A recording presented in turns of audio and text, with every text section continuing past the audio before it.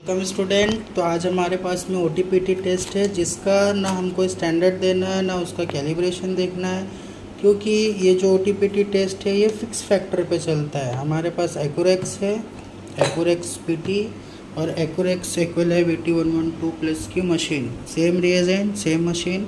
फ़र्क क्या है आपको मैं इसमें वीडियो को क्यों कवर कर रहा हूँ OTPT को एक साथ में, क्योंकि जो OT और PT है ना वो फिक्स फैक्टर पे चलता है, जिसका फैक्टर जो है कांस्टेंट हमें मेंशन करना पड़ जाता है। इसके लिए हमें इसमें स्टैंडर्ड देना नहीं पड़ता। अगर आपका रिएजेंट ख़राब हुआ और रिजल्ट ख़राब आता है तो आपको रिएजेंट टोटली चेंज करना पड़ेगा। इसमें दो तरीके के रिएजेंट होते हैं, R1 R2, जो कि आप इसको देख सकते हो तो ये पाउडर फॉर्म में रहता है और सेकेंड जो रहता है वो लिक्विड रहता है। तो इस लिक्विड को इस पाउडर में मिक्स करना रहता है और मिक्स करने के बाद आप हाफ आवर 45 मिनट के बाद में ही रिएजेंट को यूज़ कर सकते हो। अब मैंने इसमें ग्रीन से मार्क इसके लिए किया है कि मैं इस प्रिपेयर किया हुआ सॉल्यूशन को यूज़ कर रहा हूँ, क्योंकि 4 बॉटल है, मिक्स हो सकते हैं। तो इसके लिए आपको जो भी आप बॉटल प्रिपेयर कर रहे हो उसको मार्क कर लो, same as it is PT में भी हमने किया है। तो ये फिक्स फैक्टर पे है, टाइमिंग मशीन पे लेता है, रिएजेंट में इंस्टेंटली मिक्स करना रहता है 50 माइक्रो सैंपल और इंस्टेंटली रन करना रहता है। ठीक है, आप मशीन के भी इंटरफेस में देख सकते हो 0 और सैंपल, बस 0 means distil water, sample means जो हमारा सैंपल प्रिपेयर किया हुआ है वो। तो इसके लिए OT और PT में हमको कोई भी स्टैंडर्ड कॉन्सेंट्रेशन कैलिब्रेशन कुछ नहीं निकालना रहता।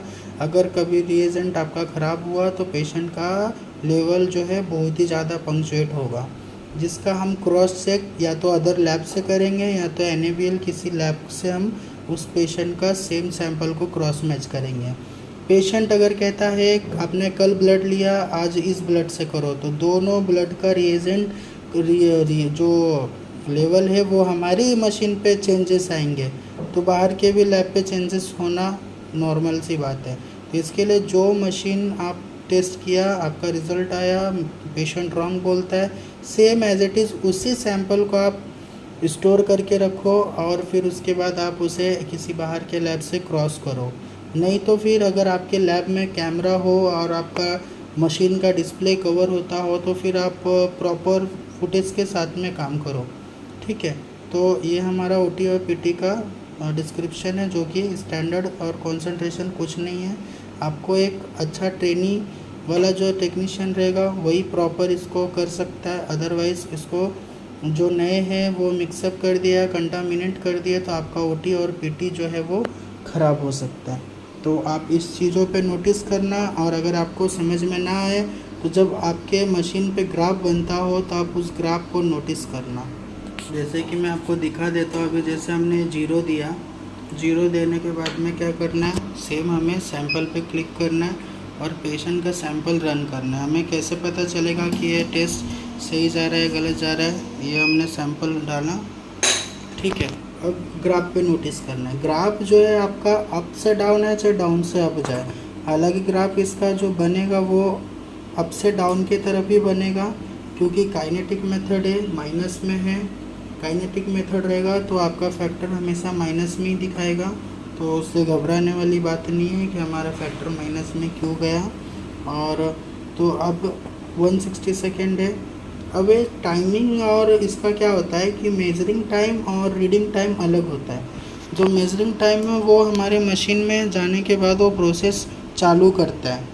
ठीक है, जो हमारे सैचेट पे प्रॉपर मेंशन किया रहता है। और सैचेट की बात बोलूँ तो अगर आप मशीन सेम यूज़ कर रहे हो तो प्रॉब्लम आपको कम आएगा, बट अगर आप डिफरेंट मशीन यूज़ करोगे और डिफरेंट रिएजेंट यूज़ करोगे तो आपको समझना पड़ेगा कि आपका टेस्ट सही जा रहा है या रॉन्ग जा रहा है करके।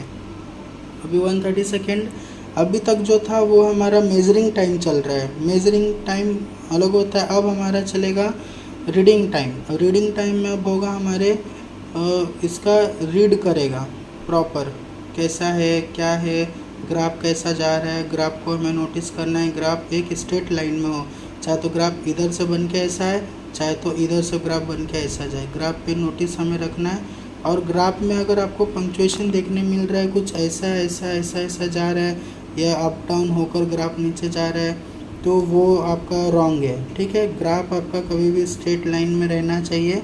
आप चाहे तो वो ऐसा ऐसा सीधा आ जाए, चाहे ऐसा सीधा आ जाए, या सीधा इस तरीके से ऐसा बन जाए, स्ट्रेट लेना चाहिए। जैसे अभी हमारा स्ट्रेट जा रहा है, तो इस तरीके से सेम ओटी भी ऐसे ही टेस्ट होता है, पीटी भी ऐसे ही टेस्ट होता है।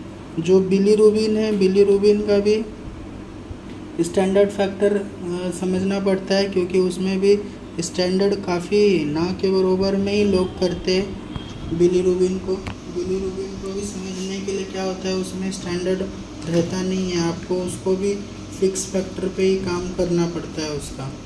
ठीक है, और तो बिलीरुबिन का प्रोसीजर थोड़ा एक्यूरेक्स मशीन में लेंदी है, 4 टू प्रिपेयर करने पड़ते हैं। ठीक है, उसका भी वीडियो आपको नेक्स्ट फॉर्मेट में मिल जाएगा। ये आपका ओटीपीटी का है, देखो किस तरीके से हमारा ग्राफ स्ट्रेट जा रहा है। 40 सेकेंड है, ऑलमोस्ट टेस्ट हो गया। तो इसी तरीके से ओटी और पीटी का टेस्ट परफॉर्म करते हैं। पीटी का भी दिखा देता हूँ। पीटी का भी जो है सेम एज इट इज़ है, 0 देना है।